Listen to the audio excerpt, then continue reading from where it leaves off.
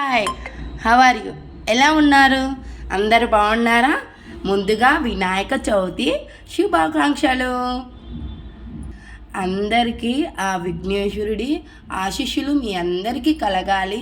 అందరూ బాగుండాలి, పిల్లలకి మంచి చదువులు రావాలని, ఆ వినాయకుని దీవెనలు మీ అందరికీ కలగాలని కోరుకుంటున్నాను. మీరు మీ ఇంట్లో ఎలా జరుపుకున్నారు పూజ? నేనైతే ఇదో చిన్న వినాయకుడిని, మట్టి వినాయకుడిని తీసుకొచ్చి ఆయనకి ఇష్టమైన లడ్లు, కుడుములు ఇవి పెట్టాను. మీరేం పెట్టారు? నేనైతే ఇలా సింపుల్గా పులిహోర ఇవన్నీ పెట్టాను. మీరేం చేశారు? మీరు ఎలా పూజ చేశారు? మట్టి వినాయకుడినే తెచ్చుకున్నారా? నాకు కొంచెం కామెంట్ చేయండి. నా ఛానల్ సబ్స్క్రైబ్ చేసుకోండి, లైక్ కొట్టండి, షేర్ చేయండి. ఇది నా మొదటి బ్లాగు. ఏదైనా మిస్టేక్ ఉంటే క్షమించండి. ఇది ఆ వినాయక చవితి పండగ ఇలా జరుపుకున్నాను. మా ఇంటి పూజ గదిలో వినాయకుడు ఇలా ఉంది.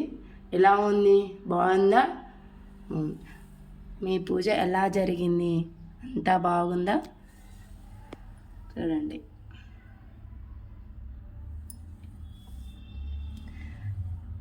రవ్వ లడ్డు, మోతీచ్ లడ్డు, ఇవి కుడుములు, ఇష్టమైన వినాయకుడికి ఇష్టమైన కుడుములు.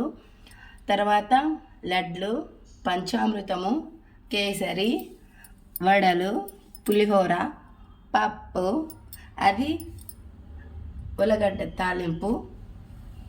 మేము ఉల్లగడ్డ అంటాము. సరే అండి, ఇంతటితో నా బ్లాగ్ అయిపోయింది.